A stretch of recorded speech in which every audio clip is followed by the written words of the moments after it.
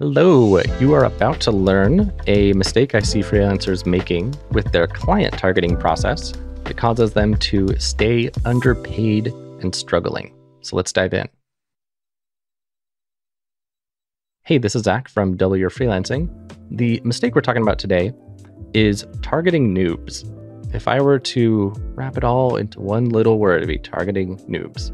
So when we freelancers are getting started, we kind of need whatever projects we can get. And in general, in the world, there are always more newbie business owners in a given industry than there are successful, experienced business owners, because there are just always more noobs than experienced people. It's like this funnel. And down here at the bottom, there's like only 2% of the people. So when we're first starting and we need any work we can even get, we'll just take whatever we can get, which is going to often be noobs. But the trouble with noobs is that their businesses aren't very profitable yet, so they can't pay much.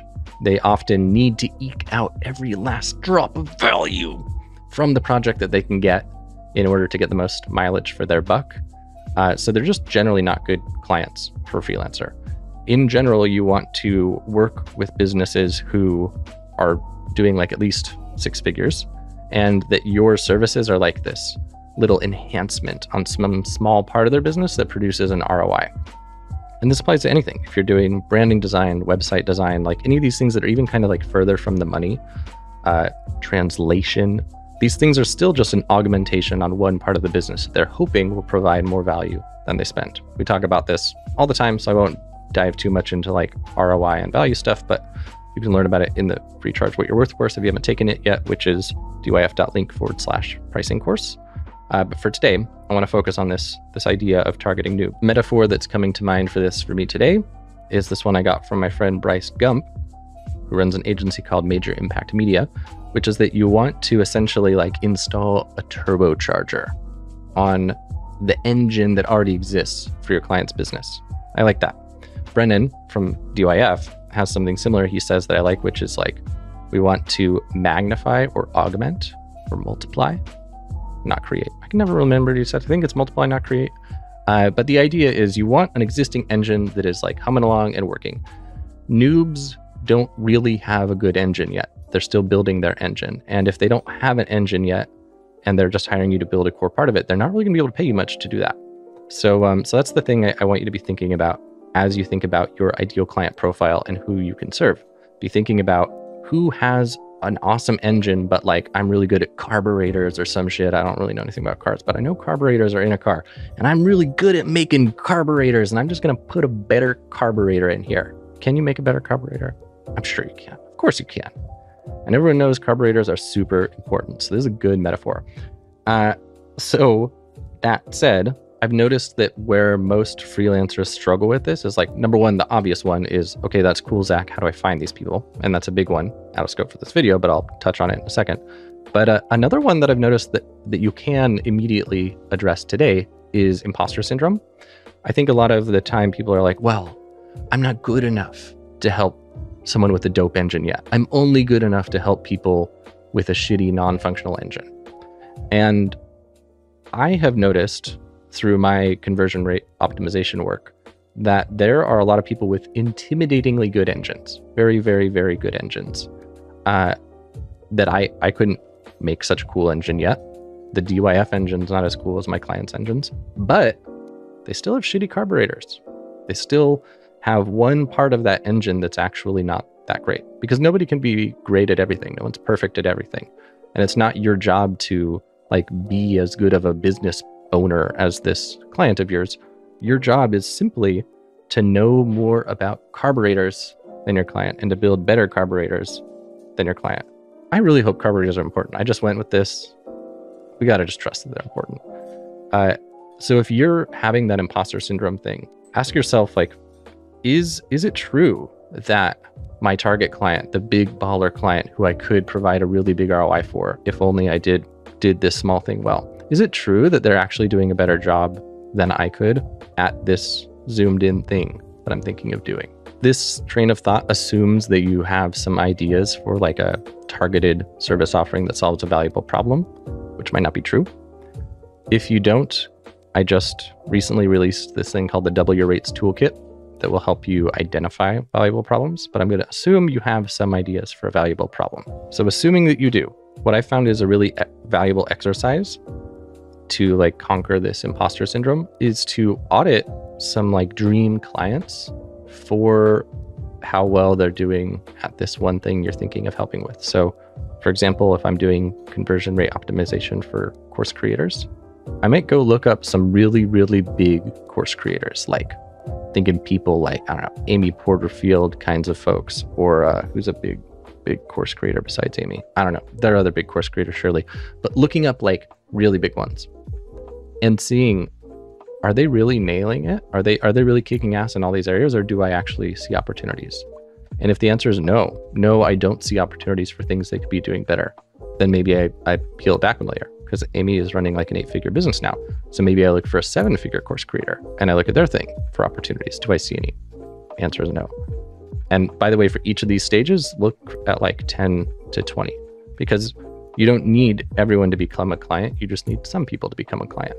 And it's essentially this like scaling back process of validation of like, who is the most successful person I can find who is still making a mistake that I can fix? I think if I were to delete all of this video and just say that one line, that's what I would do. This would be the one line I would keep, and probably something about carburetors. So I'm going to say it one more time. Who is the most successful client I could find who still has a problem I can solve? If you can find that, that's the kind of client who can pay you the most. And I don't want to get too deep because this video is already almost 10 minutes, but where this gets really interesting that I've been thinking about in terms of math.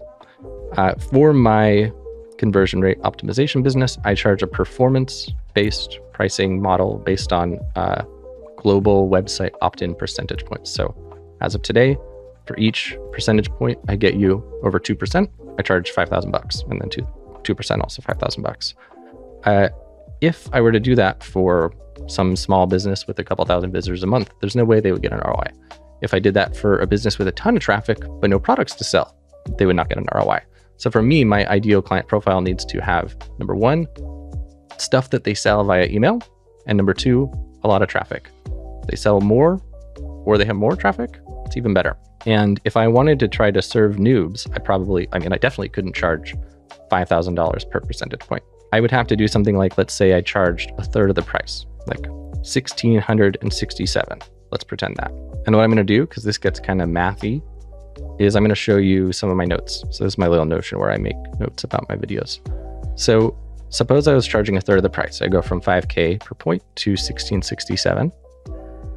Suppose that my fixed cost on average to get that 1% increase is around $1,000. Where this gets really interesting is that the actual profit difference goes from 4,000 down to 667. So that's a 6x difference in profit, even though the price difference was 3x.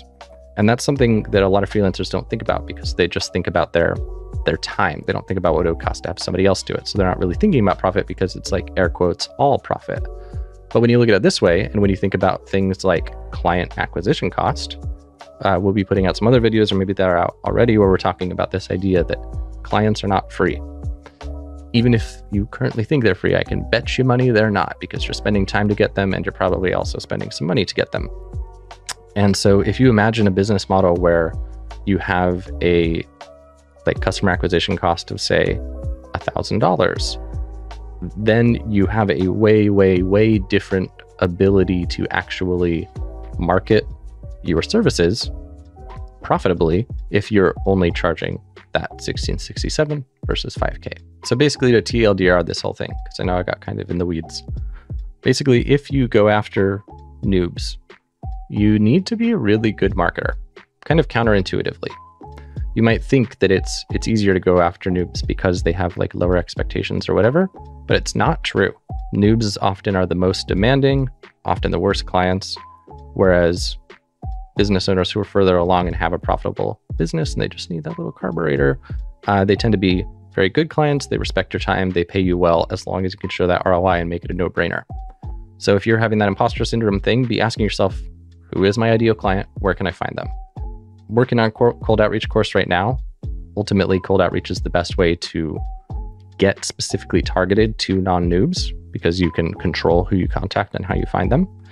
But alas, still working on it. Basically, if you do want to target newbies, the approach that you want to take is a more highly leveraged model where you can have like done with you services, maybe some products, and that you are kind of using those tools to nurture noobs up to a more advanced level where they can actually afford your product-based services or totally bespoke services.